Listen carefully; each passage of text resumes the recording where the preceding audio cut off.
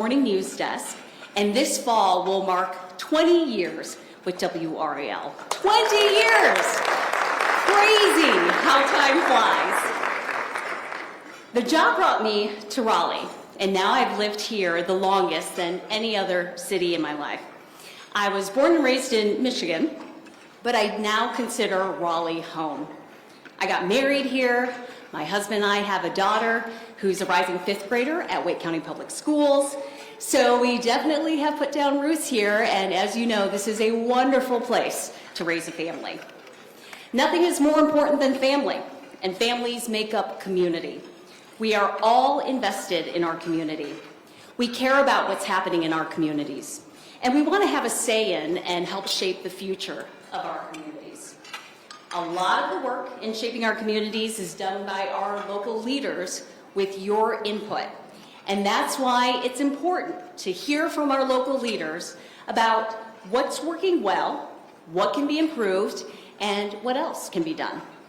If there's one thing that we all learned from the pandemic, it's that we are in this together. So I want to thank all of you in attendance right now for making our city, our county, our schools, our community a priority by being here and having these important conversations. News stories celebrating our region's high quality of life, strong economy, and affordable cost of living have become almost routine, with large numbers of new people and businesses moving into the area. The secret is out, right? Today we'll hear from 3 elected leaders who play a large role in our region's success. They'll talk about how we've achieved these accolades and the work being done to keep this trend going. Our program today will include insights from Raleigh Mayor Mary Ann Baldwin, Wake County Commission Chair Shanika Thomas, and Wake County Board of Education Chair Chris Haggerty. Following their remarks, they will participate in a question and answer session up here on stage, joined by their senior staff leadership who help inform their decision making and implement their vision. We'll take questions from the audience, so start thinking about those now, and our panel will do their best to answer those questions. Before we begin, let's take a moment to recognize the sponsors who help make this event happen.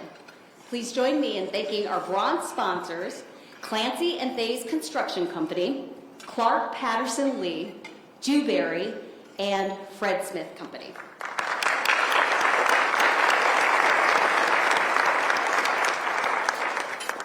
We would also like to thank today's copper sponsor, AT&T North Carolina.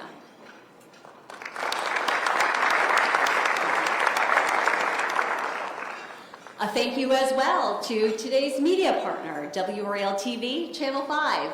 We are streaming this live right now, so even more people can be a part of today's conversation, and you'll be able to find this on our website, WRAL.com. We would also like to recognize our elected officials and government staffers who are here with us today. We appreciate the important work that you do on behalf of our region. And if you are an elected or appointed official or government staffer, please stand up right now to be recognized. We want to give you a round of applause for your hard work.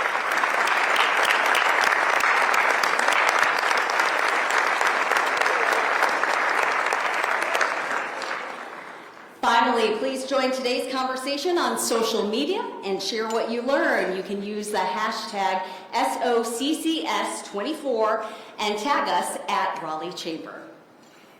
Our conversation today begins with Mayor Baldwin on the state of the city of Raleigh. Mary Ann Baldwin was first elected to the Raleigh City Council in 2007 as an at-large member, serving 5 terms before she was elected mayor in 2019 and re-elected in 2022. Mayor Baldwin joined Cooper Charitable Fund in April with a focus on affordable housing. She is the co-founder of 2 nonprofits, Innovate Raleigh, a regional catalyst for innovation and entrepreneurship in the Triangle region, and another focused on student success. She also serves on numerous nonprofit boards in the area, including Communities in Schools of Wake County, Artsclosure, and the American Lung Association. Previously, she served as chair of the Business Friends Council at the North Carolina Museum of Art. Mayor Baldwin currently serves as a member of the William Peace University Board of Trustees and the Wake Tech Foundation Board of Directors. Please join me in welcoming Mayor Mary Ann Baldwin to the stage.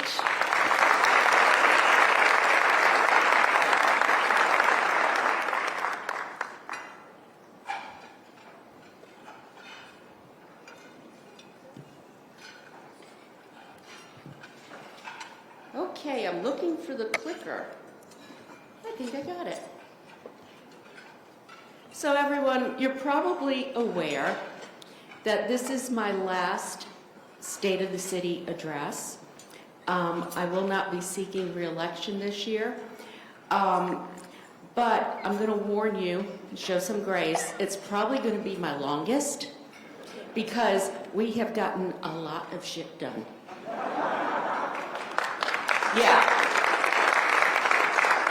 Okay, I'm going to start with something I'm really excited about, if I can figure out how to use this. Yeah, there we are, PNC Arena. This was no easy feat. The state worked with us, the county worked with us, we worked with them, the Carolina Hurricanes, everybody, the Centennial Authority. It took a minor miracle to get this project done. And yes, Commissioner Thomas, I'm looking at you. It was hard work, but you know what? We made it happen. Largest economic development project in the history of our city. We'll redevelop that whole area. We have a very generous owner of the Carolina Hurricanes who is going to spend money, $800 million, probably go up to more than that, to really create an entertainment district there. That was what was envisioned when the site was selected 25 years ago. We kept saying, no, build it downtown. And everybody said, oh, development will happen around it. It hasn't, but it's about to. So I think that's one of the amazing things we're going to do, seeing sports continue to be an economic driver. That is something you're going to hear a lot from me about in the next 4 months before I finish out my term. But investing in ourselves, investing in our city, investing in sports can be that game changer for our community. I also want to mention, also we have the downtown revitalization with the expansion of this building, the convention center, moving Red Hat Amphitheater to a new location and making that a permanent facility, and also the Omni Hotel coming here. That is going to put more positive foot traffic on the ground in downtown, and that's going to help us continue to rejuvenate our downtown. Very excited about that. We have swing. We approved that after what seemed like an excruciating amount of time, but it's a public-private partnership. They are building a swing center on City of Raleigh land. It's up in the Bryant Creek area. And what I love about this, it started off with the idea of being like a private club. It is now open to everybody. It's also going to be a B Corp. And they are going to be doing like mentorship with young people, scholarships. They're going to have hiring programs for young people, kind of showing them the possibilities of different careers and what they might want to do. So I'm really excited about how that has all evolved and what we can do in a different part of town besides downtown. I also want to mention a couple of job creation things that came our way. Kyle Touchstone. Kyle here? Kyle's done amazing work. Thank you, Kyle. And so, yes, we have Individor, a life science manufacturer, which announced investment of $68 million and 35 new jobs. Swiss luxury watchmaker, Audemars Piguet, which is why I always say AP, safer. They are investing $22 million, 105 new jobs in the new Raleigh Iron Works. And we also welcome JTI's headquarters from New Jersey. 100 new jobs, they'll come to One North Hills Tower. And finally, I just want to mention one thing. I got a message this morning from Hill Caro. The governor today proclaimed today World University Game Day in Raleigh. That's because 5 years from today, we are going to have thousands of athletes and people from around the world here for the World University Sports Games. And if you think that was easy, whoa. That kind of ranked right up there with PNC. But we got it done. They are coming here, and it's the opportunity to showcase Raleigh and our region to the entire world. Okay, next topic. Transportation and transit. We've seen a lot of Secretary Pete lately, and that's a good thing because he comes here when he's making announcements about grants and funding. We had a groundbreaking last week on the first leg of the S-Line project, $1.1 billion federal investment. This first leg is going to connect Raleigh and Wake Forest, and it's going to eventually lead us to Richmond, get there an hour sooner, which means we can get to Washington, D.C. by train much sooner as well. So it provides other options.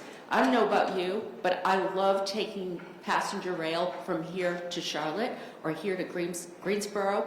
But not, it's relaxing. It's a great way to just like make new friends, talk to people, but it's also a great place to get work done and do other things. Last time I rode the train, I sat next to a little girl. She was right across from me. By the end of it, we were drawing each other pictures and like chatting like we were like old neighbors, and it was so much fun. That's the kind of experience we want to have. The second thing I want to mention is something I've been working on for over 10 years. You know all about this, Councilmember Branch, bus rapid transit. We are going to start the first BRT in the state. This will set a precedent. Federal government loves it. They want to fund bus rapid transit. We have 4 potential lines coming on board. Again, game changer. And finally, I just want to give a shout out to Amtrak. Their passenger rail service, overall, North Carolina, nearly 1.2 million people rode Amtrak. That was a 34% increase over the past year. And if you look, Raleigh has grown from 64th to 44th, the busiest station nationwide in 5 years. And we've seen a 27% increase to 219,538 passengers. That's in 2023. 2024, they are selling out that line. Last time I rode it, there was not a seat there. That's great news for us. And look what happened when the U.S. Open came to Pinehurst. They sold out that train in hours. 1,200 passengers going to Pinehurst and, just not clogging our roads, but doing it in a way that was very fun, energy efficient. So, all good news there.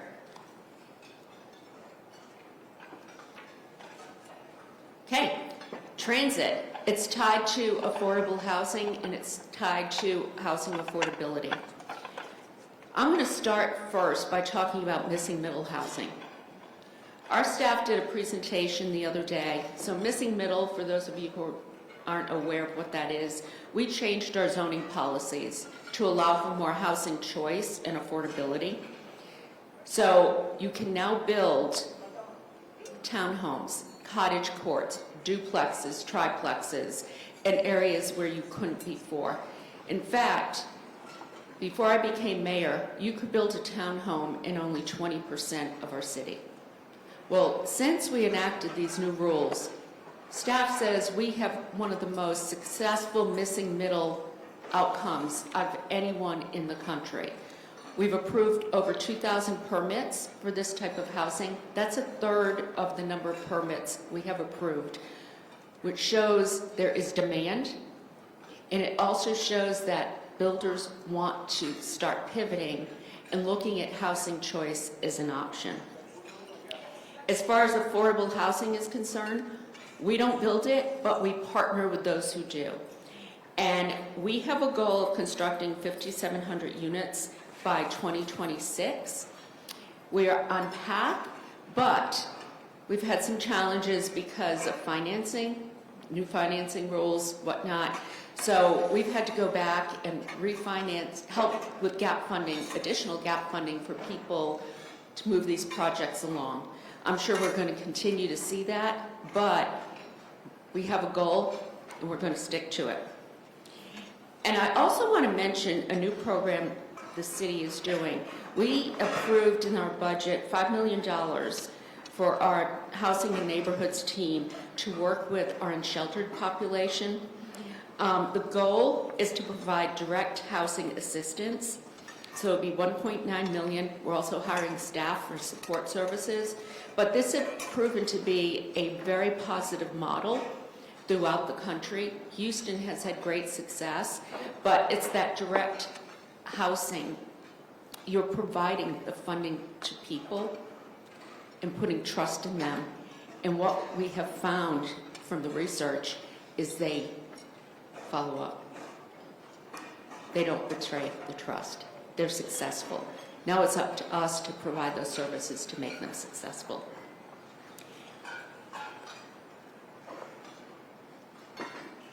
Oh, there's missing middle.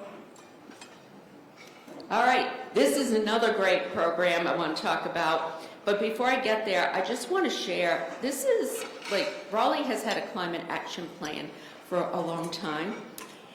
And we have reduced our greenhouse gas emissions per person to levels that are 21% less than in 2007. And after the week we've had outside in 110-degree weather, it shows you how important this work is, how important it is for us to be addressing heat areas, planting trees, converting, like I love this, converting solid waste into fuel for our buses. Those are the types of things we've been leading on. And I just want to mention this one other thing, because this is going to be a game changer. We were one of 25 cities chosen nationally for the Bloomberg Philanthropies American Sustainable City Program. This is huge. We are going to be able to fund a 3-person innovation team from this grant. They will gather and analyze data on a large scale, help us recognize opportunity, identify pilot programs, and then seek federal grants. They'll be the grant writers. They'll be the ones trying to get us funding to support these new and innovative programs. And I know our sustainability department and strategy and innovation, they're going to have a party with this, because this is their jam, I'm telling you right now. And I can't wait to see what comes out of it. But a really important part of that, too, is it's not just about climate change. It's also about working with our minority and women-owned businesses to help them leverage greater success in this playing field.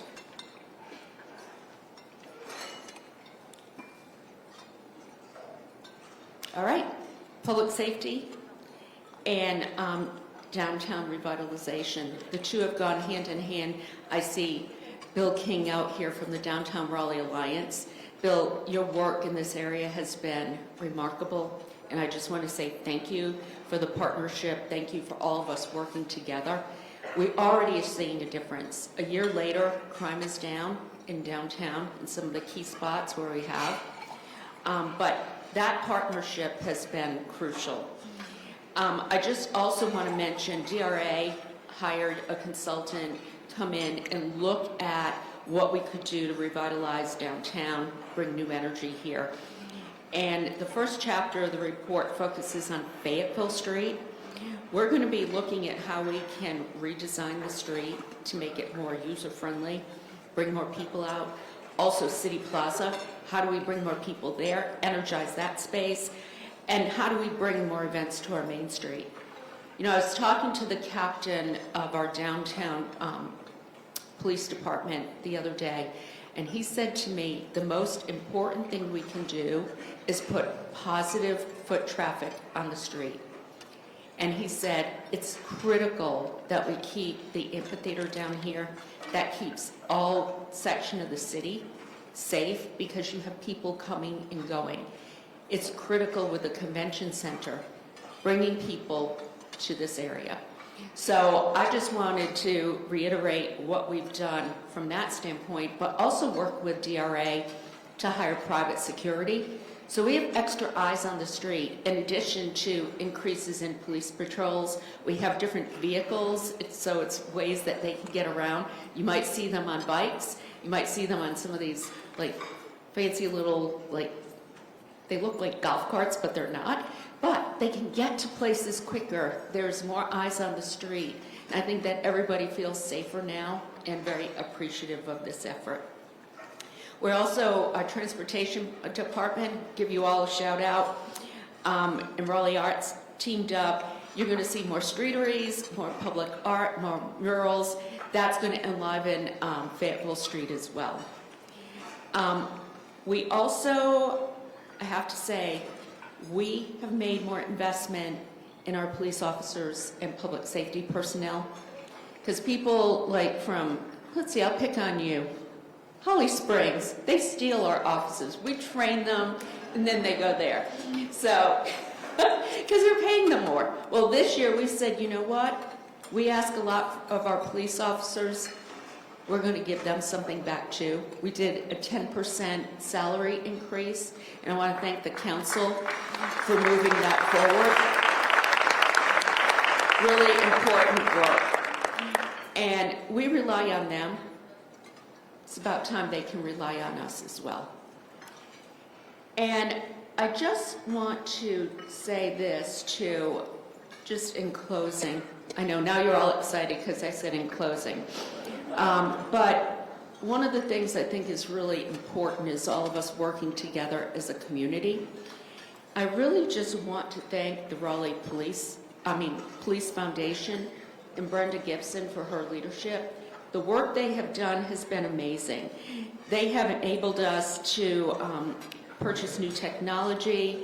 They've mobilized officers on bike and horseback, and they also have providing emotional support. So I want you to meet Teddy.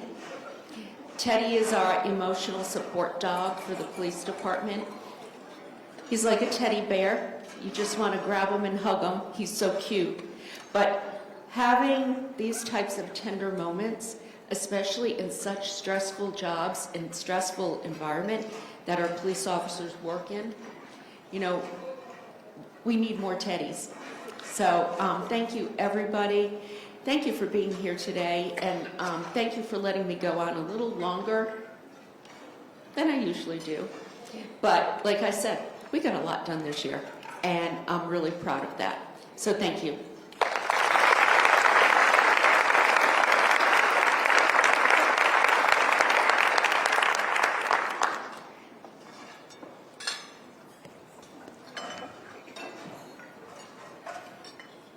Mayor Baldwin, thank you so much for the highlight reel of Raleigh, and thank you for your leadership in putting Raleigh in a strong position to keep moving forward and to keep becoming one of those cities that consistently gets ranked high on these national lists.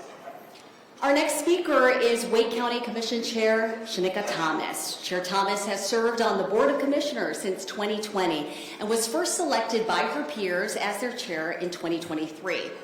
Before that, Chair Thomas served as a regional HR manager with the Target Corporation and was responsible for opening and staffing many of the stores in the Triangle.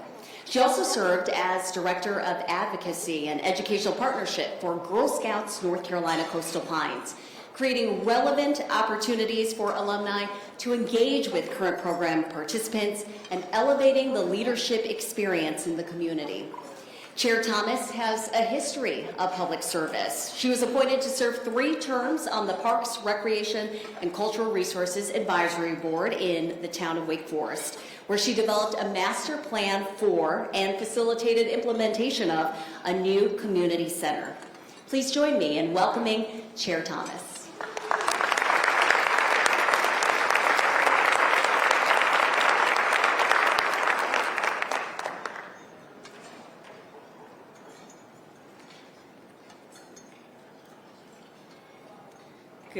afternoon.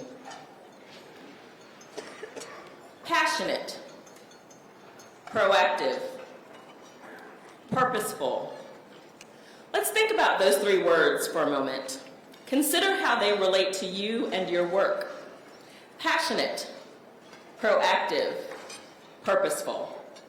By a quick raise of hands, when you think about your organization, is your team ever passionate, proactive, or purposeful? Love seeing so many hands. Love seeing so many hands. I was actually thinking that I might have to call out a couple of folks, and because Renee said it, I'm gonna shout out to my folks at Girl Scouts, Jasmine, and Kat, and Danielle, and the work that they're doing, I know, is passionate, proactive, and purposeful. Thanks, y'all, for raising your hands. Those three words represent Wake County's government's commitment to our people. This year, my fellow commissioners and I adopted a new strategic plan for Wake County, including our new vision statement, passionate, proactive, purposeful. Our team hosted dozens of community discussions across the county and analyzed survey results. What they found is that we all have a lot of the same priorities: affordable housing, growth and development, public safety, and education. We turned that into a vision with concrete goals to guide our work for the next 5 years. We see Wake County as a community that is excited to collaborate on sustainable solutions for everyone's well-being. As fast as our county is growing, we don't have a moment to waste. Wake County grows by 51 people every single day. That's like adding almost like a whole Knightdale next year. And I don't know if you've been to Knightdale recently, but it's not a small town anymore. We also know that by 2029, we're on track to have more residents who are 60 years old or older than children. Now, the needs for education and support programs for children are still growing fast, too. It's just good to know so that we can adapt our strategies to serve our unique and changing community. So why are workers, families, retirees, and businesses coming here? It's not just for the hockey and barbecue, y'all. It's because we are constantly upgrading our essential infrastructure and amenities so that everyone has an opportunity to thrive. It's also because we have an educated population with a reputation of collaboration and innovation. Last year, Wake County Economic Development tracked more than $272 million of economic investments across industries. That represents nearly 1,800 new jobs and countless infrastructure improvements. We're only halfway through this year, and we've already seen enormous investments and more than 1,000 jobs added. We're so excited that that includes Fujifilm Diosynth Biotechnology's latest $1.2 billion investment in Holly Springs. When companies consider building or expanding here, we're proud to work with them to create business development grant agreements because it's a win-win. Businesses benefit from homegrown talent thanks to our extensive education pipeline. Wake benefits from companies that prioritize living wages and ethical business practices. If you have any questions about how these incentives work or the different kinds of bonuses available, I know that Michael Haley and the whole Wake County Economic Development team will be happy to talk with you. At Wake County, it's also important that we walk the walk as an employer and as a business. Our Office of Diversity, Equity, and Inclusion has started a new division of business inclusion to address recommendations from our recent disparity study. They will ensure that minority and women-owned businesses have equitable access to Wake County contracts, and they're already off to a great start. Thank you, Donya Perry.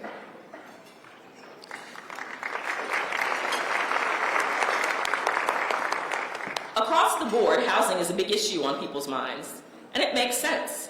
All the people powering our economic growth need a safe and comfortable place to go home at the end of the day. If you or anyone you love has recently looked for a house or an apartment, then you know how challenging it can be in this market. The cost burden is increasingly heavy for renters. Interest rates and home prices are way up for anyone trying to become a homeowner. We're doing everything that we can to help meet the demand that families have for affordable housing, for all families.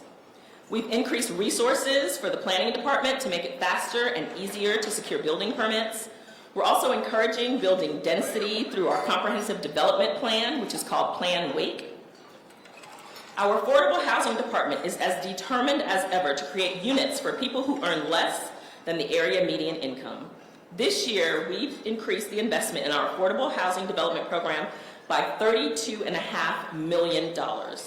Those funds provide critical gap financing for partners to build or preserve affordable housing throughout the county.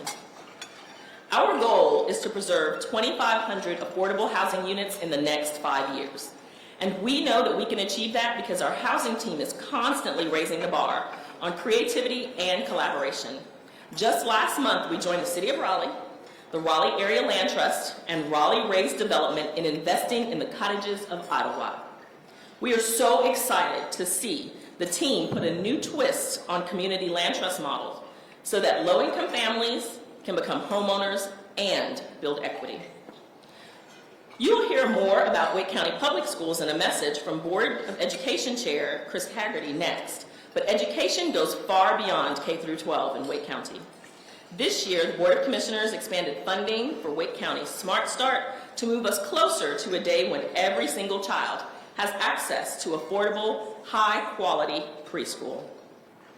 To celebrate our third year of Wake 3 School, we tripled our initial investment in the program. This fall, 300 income-eligible 3-year-olds will get access to the high-quality preschool education that will set them up for a lifetime of achievement.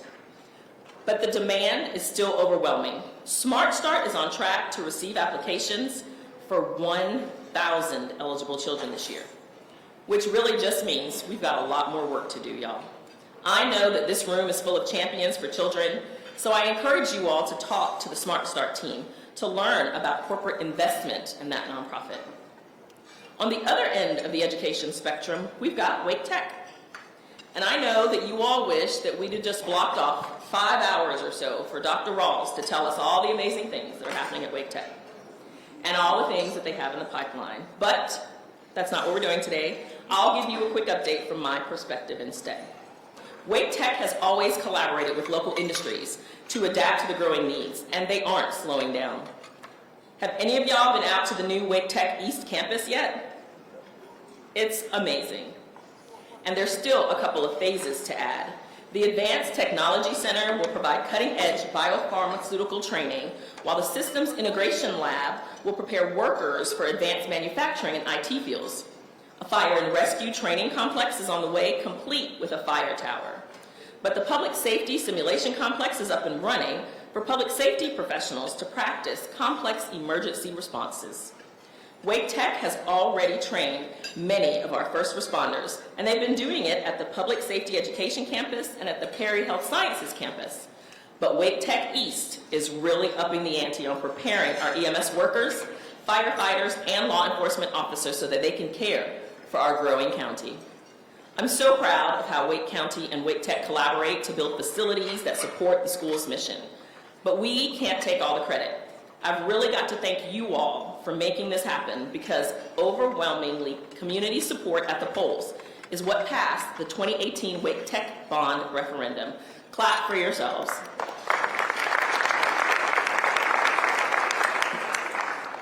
Public safety is really the foundation of all of the work that we do. None of the other great improvements in Wake County matter if people don't feel safe in their homes and in their businesses. Over the past 2 years, we've had amazing success with our innovative Career in a Year program for the Fire Academy. By recruiting intentionally and paying cadets during their training, we've been able to attract a diverse talent pool that better reflects our whole community. Trust is essential in public safety, and it goes a long way to have a team that can easily connect with the people they're serving. The Career in a Year program is going so well that it's received national attention, including some very impressed White House staffers. Wake EMS is also upgrading by shifting to a regional model. We're building larger regional stations that serve as hubs for the EMS stations in the area, like the newly opened Garner, Maine Regional EMS Station. This model actually allows EMS staff to work on their ambulances and reload supplies in their own neck of the woods, instead of wasting time and gas driving across the county all the time. And that's a big upgrade because our county is huge. We've got 850 square miles and nearly 1.2 million people to cover. We're also purchasing 10 additional ambulances this year to help improve response times. And just like fire services, Wake EMS is working to recruit the best of the best. We've partnered with the Department of Defense on the Skill Bridge program to help veterans transition to EMS careers after discharge. Well, we're also investing in Wake County's healthy future through our farmland preservation program. No farms means no food. So protecting Wake's agricultural industry is essential for sustainable growth. So far, the Agricultural Conservation Easement Program has preserved 246 acres of forest and farmland forever. That includes the single largest county investment in farmland protection in the history of North Carolina, which we made at Bailey Farm in Wendell earlier this year. Our soil and water conservation team is already working with another dozen landowners, say that quickly, who want to preserve their farmland. We're protecting open space in other ways too, so we can learn to recreate in Wake County's unique natural spaces for generations to come. Beach Bluff County Park will be the first new county park to open in 14 years when we cut the ribbon between Garner and Fuquay later this year. With outdoor classrooms, community gardens, and forest trails, I think it's going to be fantastic. By next summer, we'll be opening another park just to the east of Raleigh. Kellam Wyatt County Park is a third-generation family farm that will celebrate community and agriculture when it opens to the public. And I personally am pretty excited for the harvest events that we've planned for the community orchard. Y'all know me and Monica are already envisioning our outfits for apple picking. We also know that not everyone prefers relaxing in nature. Some of us unwind by cheering for the Carolina Hurricanes or singing along at the 50th anniversary of hip hop with LL Cool J, Matt Smith. That's why the Board of Commissioners, like Mayor Baldwin said, and the Raleigh City Council decided to invest millions of hospitality tax dollars over 25 years to upgrade our marquee entertainment and sports venues. This room is perfect for this lunch, but so many of Raleigh Convention Center's biggest events are outgrowing this gorgeous building. Sure, they could move to other cities, but why? We'd much rather keep their businesses right here. So the Convention Center will be expanding across the street, and the Red Hat Amphitheater will be reimagined. We've also invested in renovating the PNC Arena, and the Centennial Authority has some amazing upgrades in store for us. They're making sure that from Wolfpack tailgaters to pop star superfans, everyone's going to have an amazing experience at the PNC. It's all part of plans to transform the area into a larger entertainment district, including housing and retail space the mayor talked about. We've seen that when we invest in these cultural assets, not only does it boost our quality of life, but it also boosts our local economy. Our budget for the new fiscal year that started last week is about $2.08 billion. That covers all the investments in housing, public safety, and parks that I just outlined, but so many more investments. We've invested in the child welfare program to help recruit and train foster families to support kids in crisis. We've increased funds for Wakebrook, the newly reopened behavioral health crisis response facility. We've also enhanced our libraries by replacing our bookmobile, adding books in other languages, and purchasing a lot more titles for our digital book collection. So the next time you're curled up with your Kindle, reading a juicy book through Libby, keep in mind that you can get great books from our digital collection. Half of Wake County's budget is dedicated to education. 54, thank you, Dr. Taylor.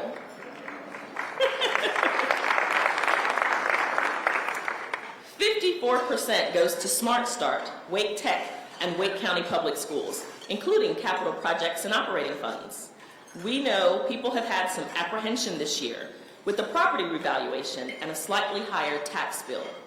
In the 4 years since our last revaluation cycle, Wake County has added $91 billion to the total tax base, across 427,000 properties. Revaluation is just about making sure that the tax responsibility is spread equitably across the current property landscape. We take our budget and the taxes that fuel it very, very seriously, because we know that families also take their budgets very, very seriously. Every dollar is carefully allocated to help improve Wake County for everyone. It should also be noted that we aim to multiply our return on investment as much as possible. We create partnerships with private businesses and local nonprofits, plus we pursue appropriate state and federal funds so that our funds can go much further for our folks. I've highlighted a lot of great work for 1 year. We couldn't have done it without the amazing work of Team Wake, under the leadership of our county manager, David Ellis.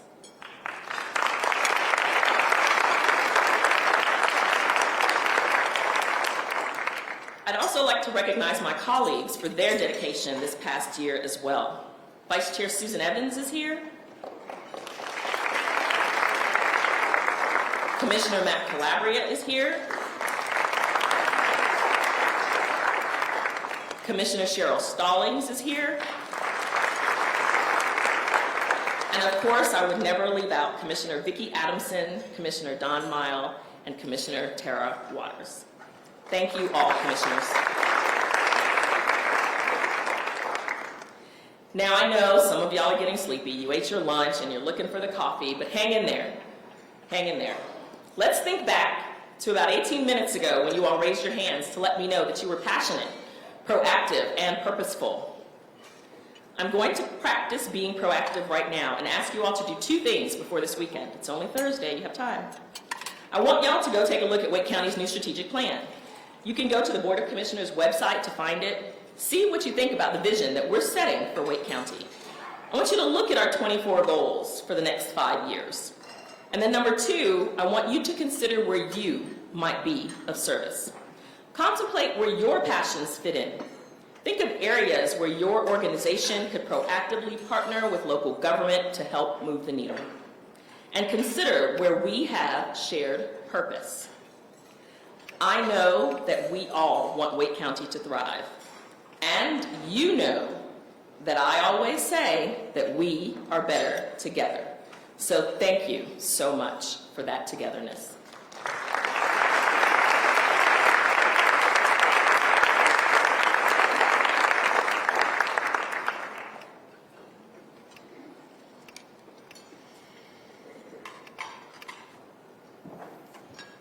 Chair Thomas, thank you so much for your passion, your insights, and your updates on so many of the topics that people have on their minds right now. All right, we have one more speaker before we get to our question and answer session, and that is Chair Chris Haggerty. So the school board chair, Chris Haggerty, was originally appointed to fill the vacant District 7 school board seat in 2018. He was reelected in 2020. He currently serves as the chair of the Wake County Board of Education and serves on the board of directors for the North Carolina School Boards Association. He previously served in the North Carolina House of Representatives, where he sponsored numerous pieces of legislation around education and protecting children. Chair Haggerty is a volunteer in the community, working for years with Wake County Parents for Academically Gifted Education to provide enrichment activities for gifted children and helping parents advocate for the services their children need. Chair Haggerty could not be with us here today, but he wanted to share his thoughts on the past year and vision for the future. So please direct your attention to the screens for a special word from him.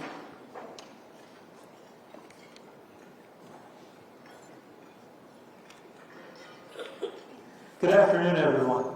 I'm Chris Haggerty, Chair of the Wake County Board of Education. I'm sorry that I can't join you all in person today, but I'm grateful for this opportunity and to Commission Chair Thomas, who inspired this idea. I'd like to share with you an overview of our school district's recent accomplishments and ongoing challenges. And while I do that, I'm going to take a little trip around this amazing county that we call home. But first, let me take a moment to thank everyone here for your sincere support of public education in Wake County. A school district is only as strong as the community support it receives. Our many successes are the direct result of the investments made by our government, civic, and business leaders who understand the value of a strong public education system. So on behalf of my fellow board members, our 160,000 students, and our 20,000 hardworking staff members, thank you. We couldn't do any of this good work without you. I'm going to start our journey today at our district's central office, located in Cary. At last year's luncheon, I shared that we were in the middle of hiring a new district superintendent, and I'm pleased to report that we selected Dr. Robert P. Taylor for the job. As a school board member, there's probably no more impactful decision you can make than selecting a new superintendent. He's the CEO of our school system.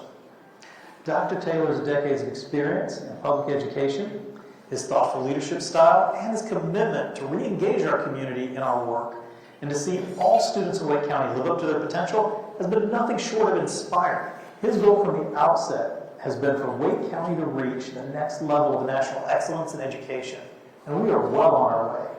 He's in the room with you all today. If you haven't had a chance to meet him, I'd recommend taking the time to introduce yourself and learn more about his plans for leveling up our schools.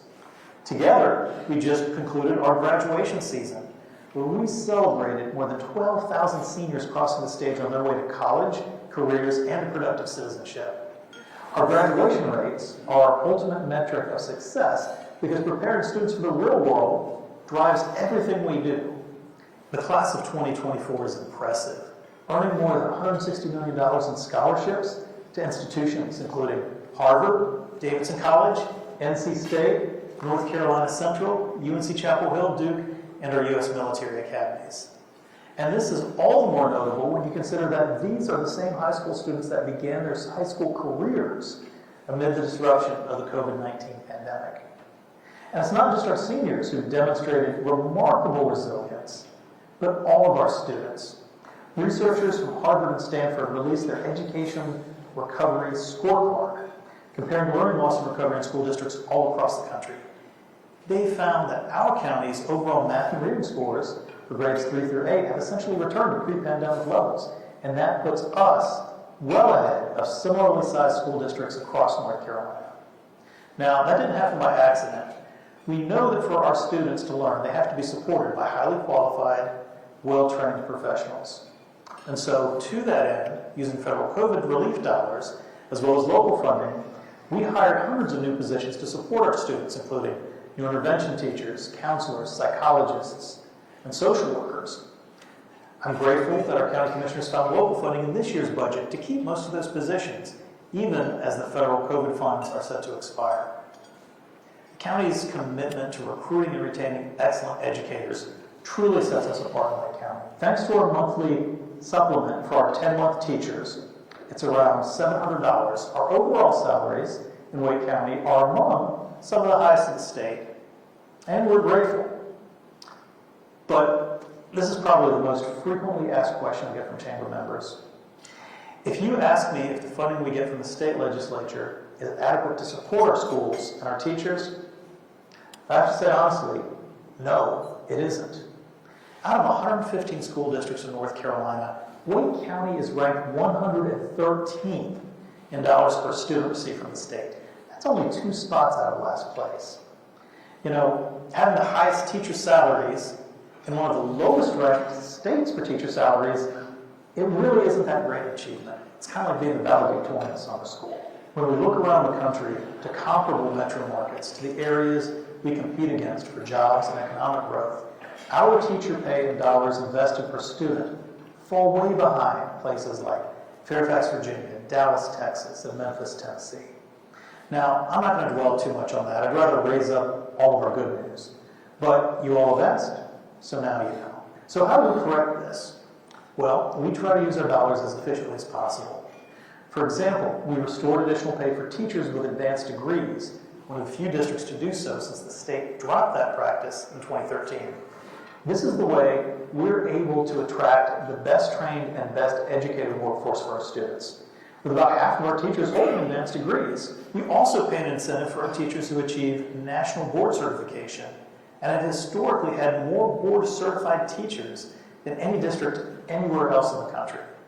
We know that investing in your workforce is important, and we have to do more to build a pipeline of future educators for tomorrow. Now, to that end, we created our Future Teachers program, now in its 10th year.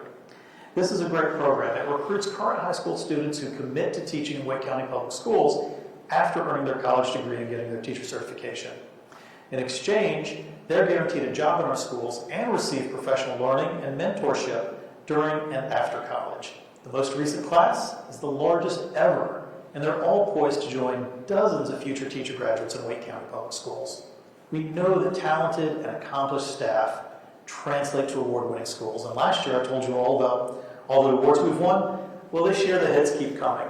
In the past year, 47 of our magnet schools have received National Merit Awards from Magnet Schools of America, including Best Magnet School in the Nation, Second Best Magnet School in the Nation, Best Magnet Elementary School.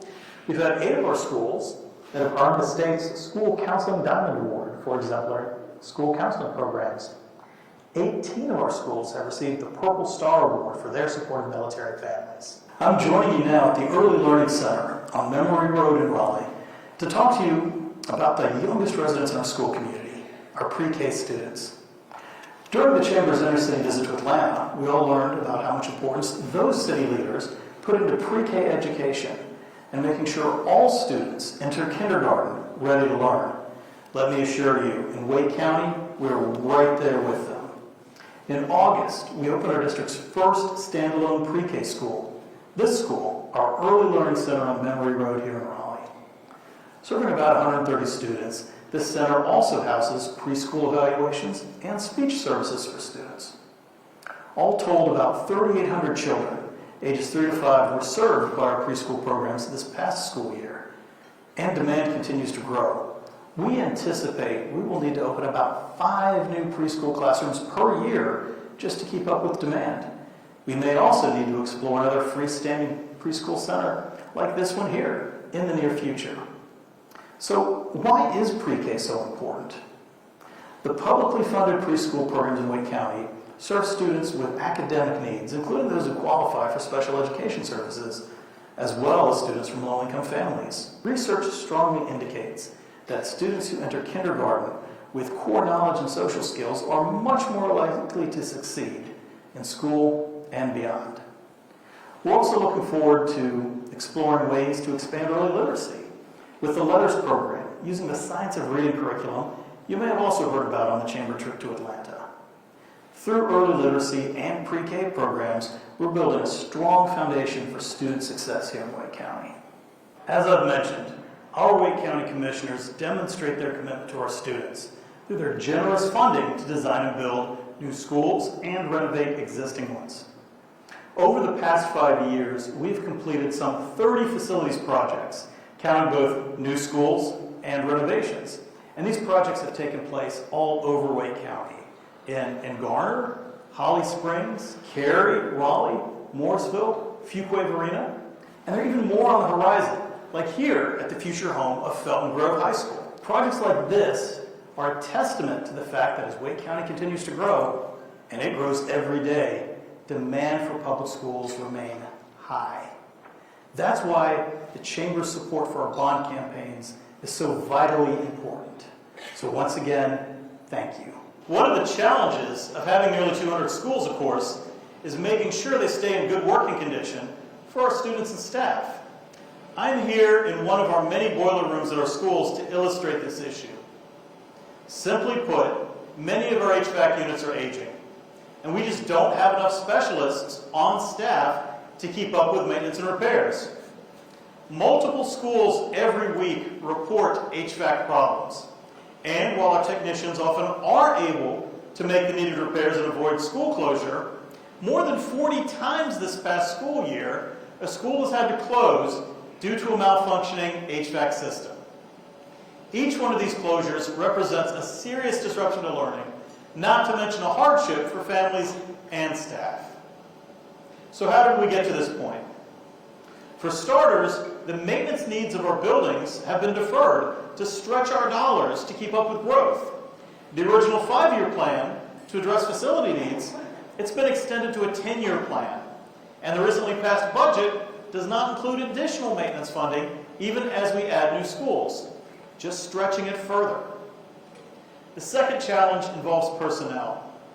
Salaries of maintenance and operations employees have fallen significantly below market rates. You all know how hard it is to fill these positions in Wake County right now, even paying the most competitive salaries.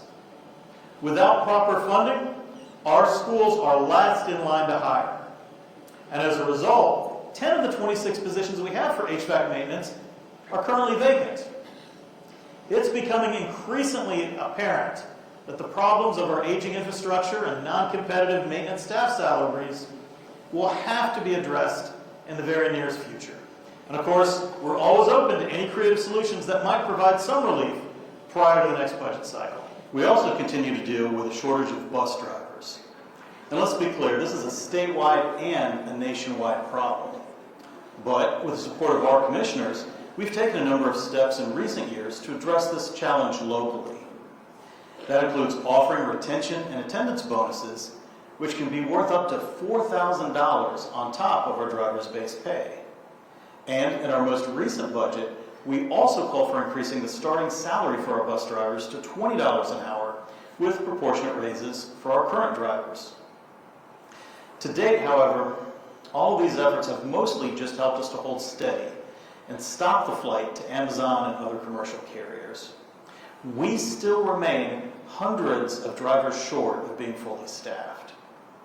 And this affects everything, right? From school start times to the length of bus rides, to even just ensuring that a bus route is running. Now, our bus drivers have done an exceptional job of transporting upwards of 90,000 students to and from school safely every day, even amid this shortage. But this is something we're going to need to keep working on for the foreseeable future.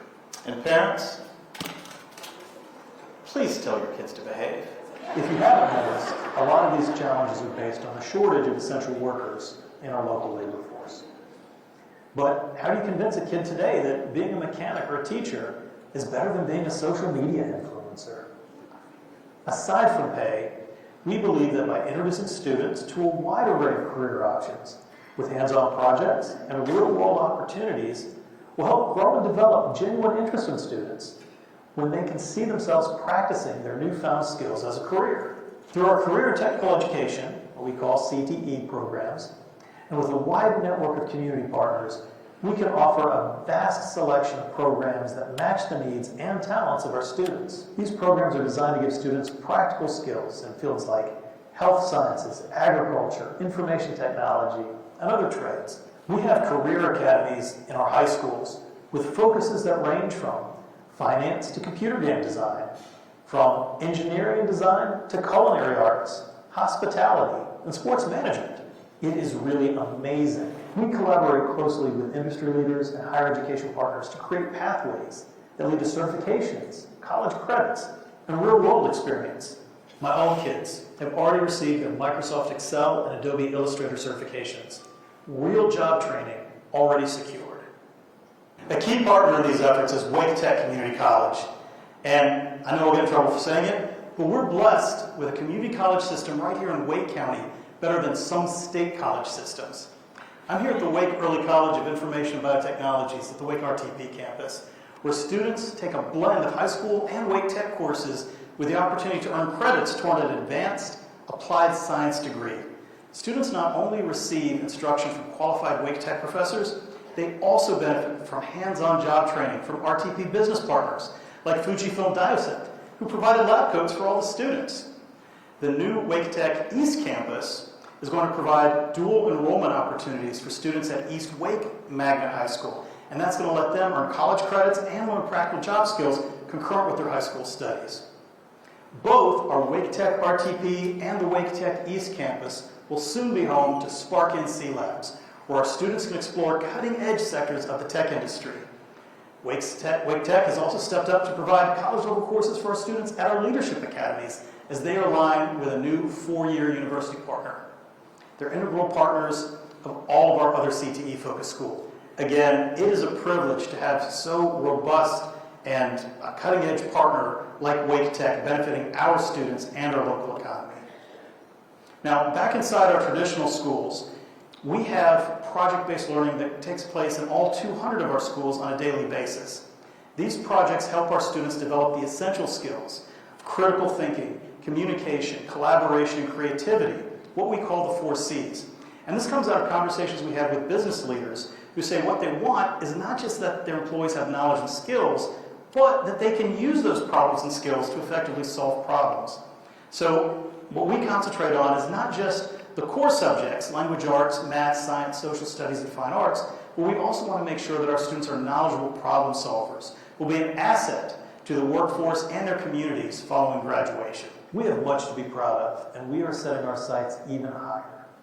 But the truth is, we still have a long way to go. When Dr. Taylor started as superintendent, he commissioned a far-reaching survey and hosted multiple community roundtable discussions to gather feedback from families, staff, local leaders, and community members. Through that process, our community was clear that reducing and ultimately eliminating disparities in student outcomes must be a top priority. And we have set a goal of eliminating disparities by race, ethnicity, gender, and socioeconomic status by 2028. But what does that even mean? Disparities in student outcomes. What we're talking about is that we want to be able to provide a great education for all Wake County students. But when we can divide up the county by zip code and accurately predict the grades and test scores of the students before they even take the tests, we have a problem. Whether it's been inequitable funding, neglect, bias, or a host of other root causes, some of our students, particularly our Black and brown students, have not historically gotten the support they need.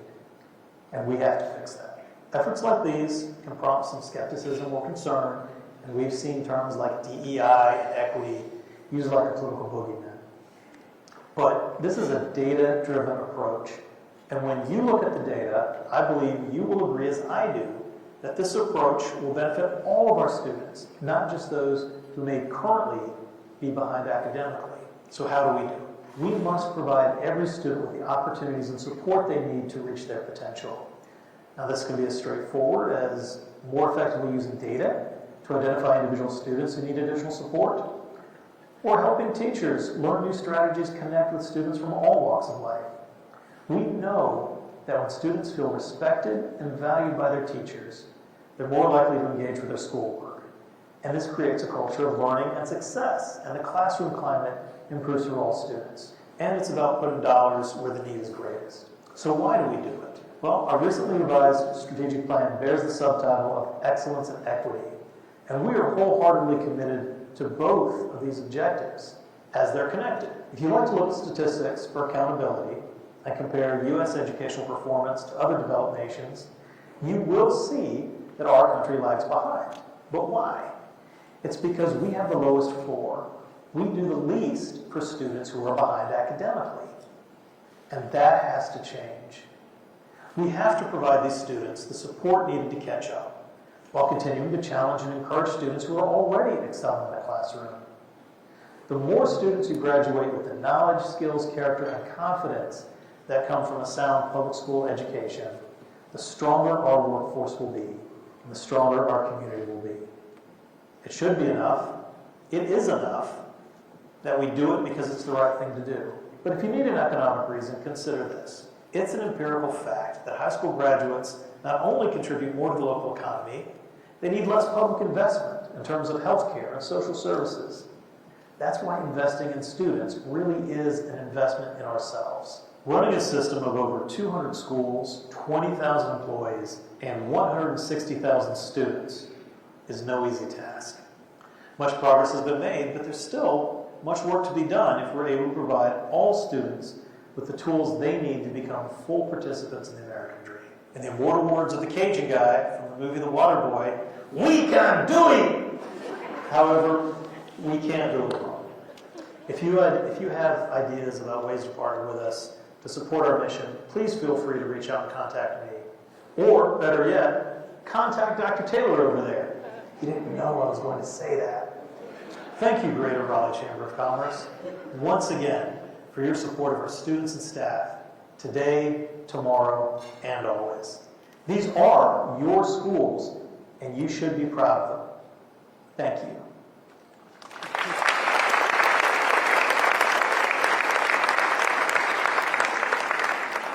Okay, a lot of information presented here, and at this time, we want to get right into the question and answer session. So I want to invite the speakers that you just heard from, as well as Wake County School Board Vice Chair Monica Johnson-Hostler, County Manager David Ellis, City Manager Marshall Adams-David, and Wake School Superintendent Dr. Robert Taylor here to the stage to take your questions. Please welcome them.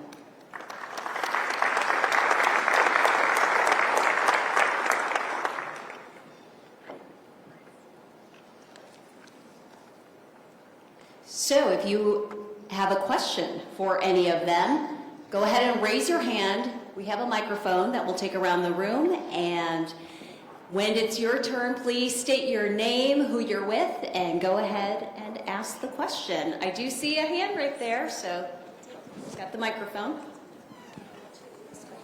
We'll begin with her. Hi, good morning, everybody. So happy to be here. I'm Jessica Berryman. I actually work with Triangle Springs, and I am not a Wake County resident. I am from DC, Durham County, the best county around, right? But I do have a question. Working in behavioral health, I've had the opportunity of working with healing transitions. Can you guys just talk to me a little bit more about the funding for healing transitions, what you guys are dedicating to them? I know they had a little bump in the road with some of that funding.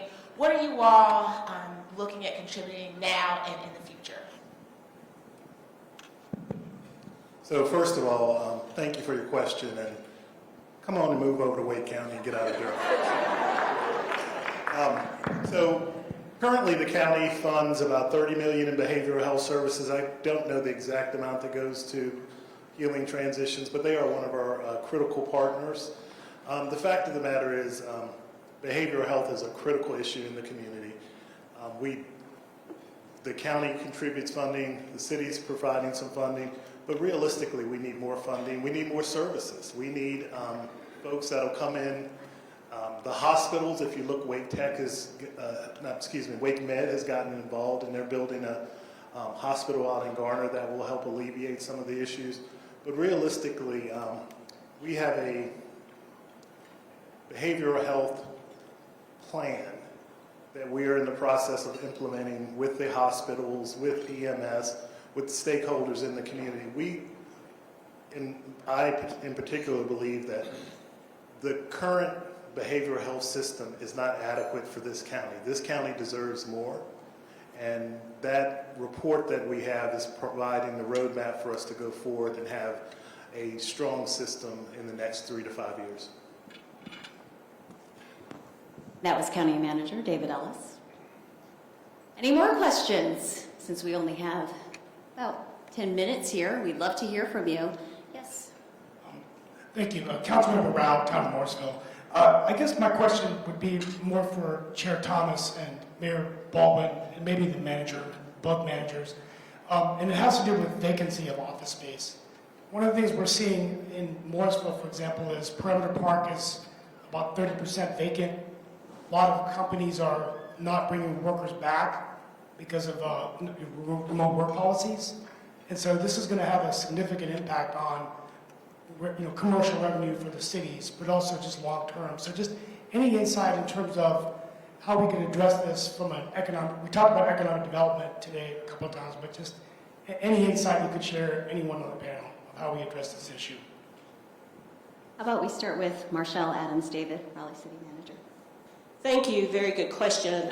With the City of Raleigh, we have incentivized a flexible workspace for our employees, understanding that the work that we do is the work that is most close to our residents. So we can't do it from the comforts of our home and do it very well in most cases. So what we're continuing to do is partner with our downtown partners to ensure that there is an enticement and particularly interest in open restaurants and establishments during the day so that the businesses downtown can come back, because that foot traffic that the mayor mentioned earlier in her conversation is critical to our overall success downtown. We don't want it to turn back into a sleepy government capital city. Again, we want it to be thriving, and we feel like, at least from the local government lens, getting our people back into the workplace is critical, because at the end of the day, it's an equity thing for me. Not everybody is afforded the opportunity to do work that you can do remotely. We have our public safety folks who don't get the privilege of being able to solve crimes from home. They are out on the streets every single day. And our crews that are out today, and some of you all probably have some complaints about your garbage and your recycling and your yard waste not being picked up. Be patient. Continue to extend some grace to our folks. With heat index of 115, it's hard to put our men and women out on the street to pick up trash. But what we are doing is trying to incentivize and create flexible workspace and work with our business community to ensure that they do the same thing. David or Chair Thomas, would you like to take? So, one thing to consider, and I believe it's important that folks get back into the office, but if you think about it, imagine how traffic is today. Imagine if the remote hybrid idea did not take off. Imagine how tough it would be getting around in Wake County right now. So it's given us a little more time to get our transit plan implemented so that when folks do start coming back on a regular basis, bus rapid transit and other modes of transportation will be in place, and that commute will not be 45 minutes to an hour. And I'll just add, I agree with both, all the comments that were made before, but I would also just add, I mentioned economic development and speaking with Michael Haley and the economic development team. And one of the things that we've seen is in economic development opportunities, we have incentivized and offered current space to folks. So it's not always that the economic development that's coming here has to be brand new, out the ground. And we know that there's commercial space available. We know that it's great office space available. And so that is something that is on our economic development team's radar to help try to fill as we continue to see economic development and growth happen in this region. Go ahead and raise your hand. We have some over here. Step over so I can see Michelle. Elaine Noyak with Delta Dental of North Carolina. Thank you for being here today. I work in healthcare, in oral health, but also co-chair with Commissioner Adamson, the Wake County Health Needs Assessment, the Live Well Wake. So just so you all know, surveys are coming out and we hope you'll participate. But I wonder if you could speak more to healthcare and what might be going on in your respective entities. And I believe transportation, education, they're all tied. But if you could speak more to that, if you have any work going on around that, please.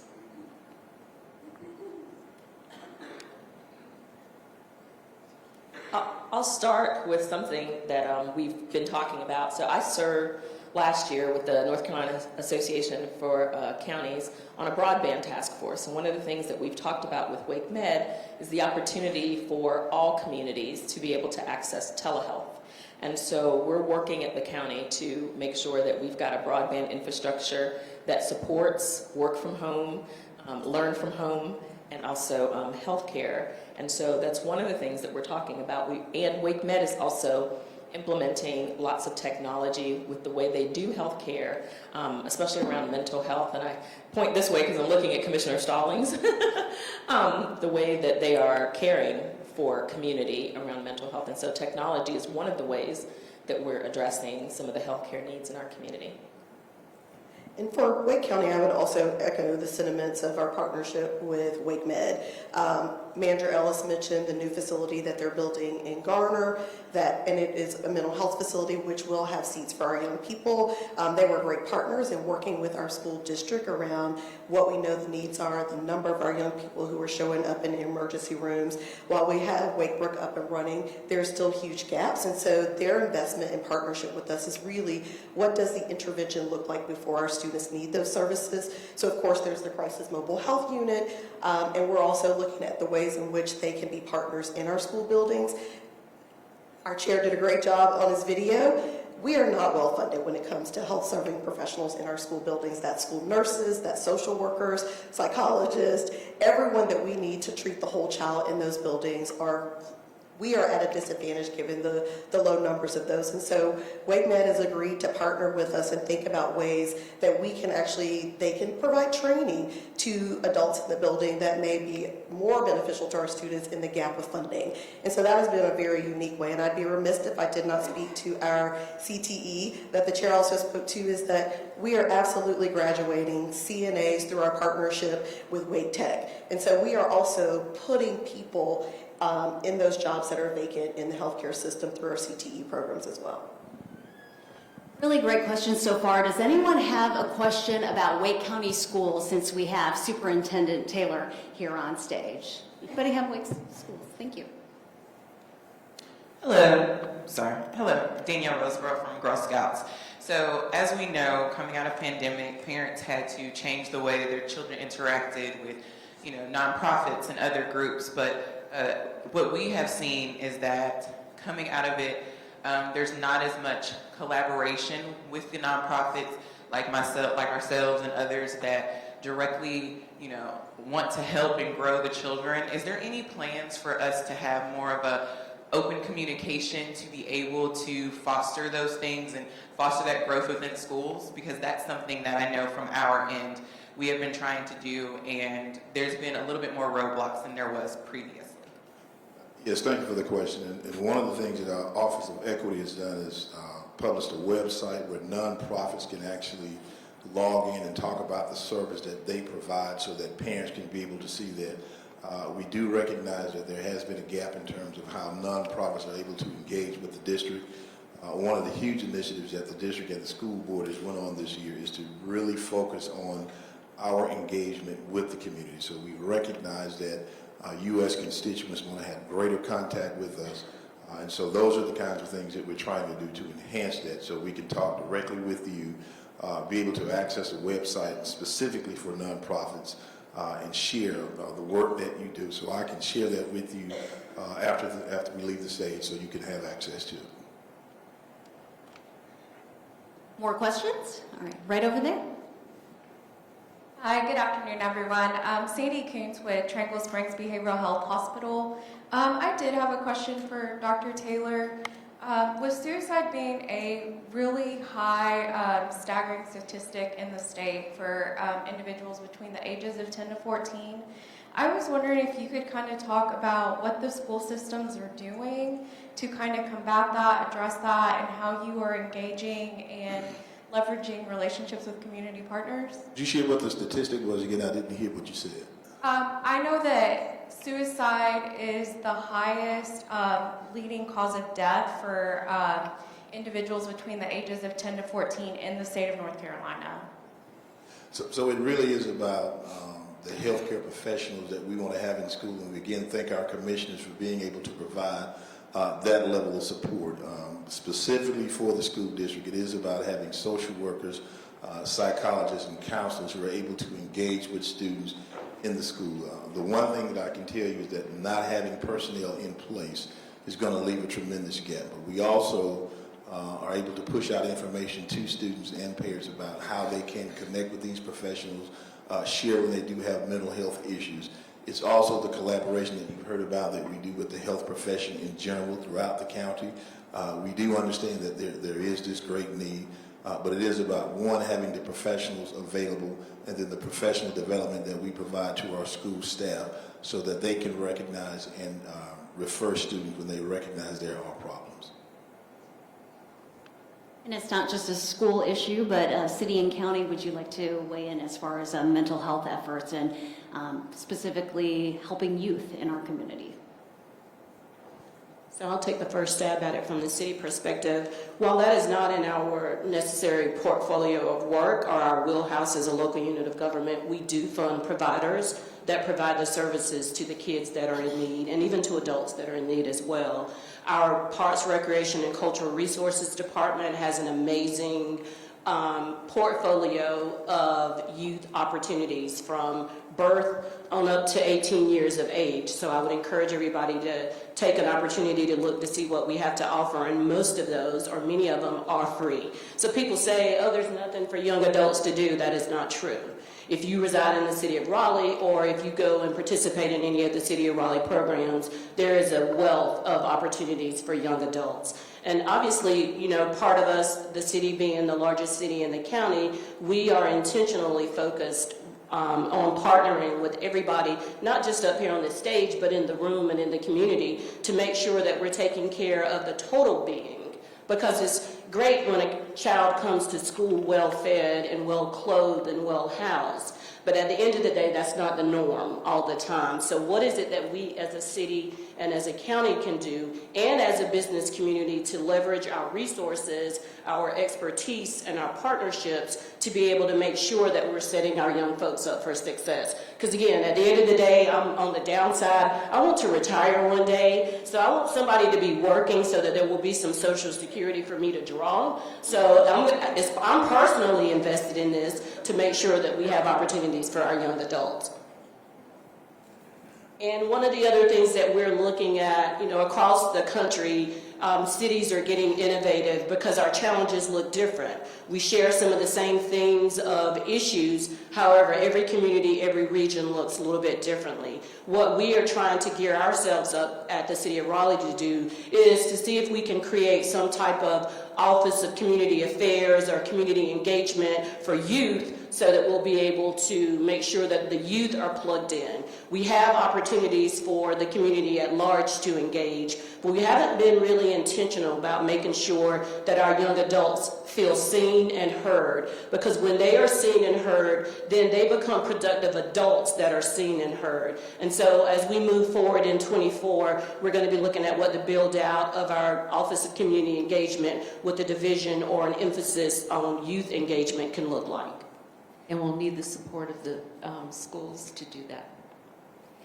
Want to be respectful of your time. We're winding down here, but let's have time for one more question, one final question here.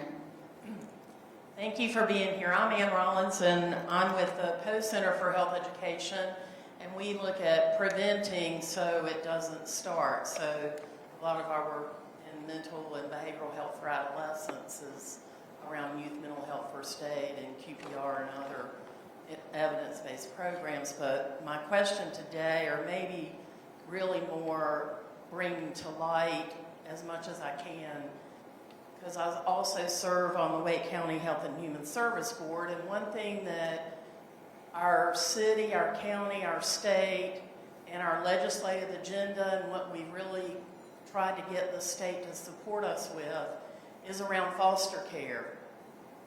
And these kids are also our kids. And when we have 7 to 9 living in office buildings every day, it's not okay. It's not okay. We've got to do something as a community for the least of ours. And they need the opportunities that all of us are provided. So we as a community have to really come together around that issue as well. And it's not just us, it's a big issue. So I guess the question is there something, David Ellis or Shanika, you want us to do as your community to help get to, because I know our legislators that are here today support this. Sydney Batch has been working with this, but it's an issue that we need help from the state as well. So Ann, thank you. I started my career as a social worker, working with children in foster care. We are at a critical period right now. COVID decimated the number of families we have in Wake County who are willing to be foster care families. Many of them aged out, and we haven't had that influx of new individuals or families who are interested in being foster care families. I sat out one Saturday at the African American Cultural Arts Festival a few years ago, and at the actual foster care recruitment booth, so I could actually interact with folks who were coming up to learn more. But there were more people walking by and not stopping. And the reason they weren't stopping is because, in their estimation, these kids were broken. There's something inherently wrong with those kids, and they did not want to engage with them. And so part of what I want to tell you all is, these kids are not broken. These are some smart kids. They need someone to love them. As a county, we do a lot of things well. This is a tremendous community. But we can and we should be doing much better when it comes to children in foster care, right? We have 1.2 million individuals in Wake County, and we have less than 200 foster care families here. So what that means is sometimes those children have to go out of state. So it makes it more difficult for their biological family to kind of repair that relationship so that they can go back to their biological family. So I would ask all of you, if you're having conversations with people and you hear them say these kids are broke, these kids are not broke, these kids just need someone to love them. So please, if you can, please consider being a foster care parent. Thank you so much. This concludes the 2024 Raleigh Chamber State of the City, County, and Schools. And I want to thank all of our Q&A panelists for taking time out of your busy schedules today. Yes, thank you for being with us, sharing your thoughts with the business community, a lot of great information, a lot of things to think about for us. And I speak on behalf of the Raleigh Chamber and its membership when I say how grateful we are for your leadership and partnership as we move forward to ensure that our region remains economically successful and keeps being a great place to live. We'd like to take another opportunity to thank our bronze sponsors, Clancy and Thays Construction Company, Clark Patterson Lee, Dewberry, and the Fred Smith Company.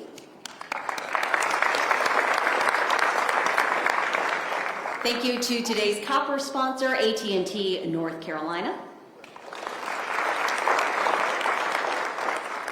And we also want to recognize today's media partner, WRL TV, streaming this live event right now, and we will also have coverage of this on our evening and late news guests. Please join the Raleigh Chamber for its upcoming Diversity, Equity, and Inclusivity Conference. This year's theme is "The Focus is the Future," providing an opportunity to reflect upon the past and analyze the present while focusing on the future of diversity, equity, and inclusivity in the business community and beyond. And are you looking to learn more about the upcoming election this November? Join us at Police and Pastries the morning of August 15th to gain insights into the election for you and your business. You can learn who's running for office, how their campaigns are doing, and more. Lastly, we hope to see you in Beaufort, August 20th and 21st at the annual Leadership Conference presented by Town Bank. You will participate in an immersive experience where you can dive into the serenity of the beautiful Beaufort Hotel while building your business and connections over the course of 2 days for thought-provoking sessions. So please visit RaleighChamber.org to view all of the Raleigh Chamber's upcoming events or scan the QR code on the screen for all the information. So that concludes today's event. Thank you so much for being here. Hope you learned a lot, and have a great afternoon.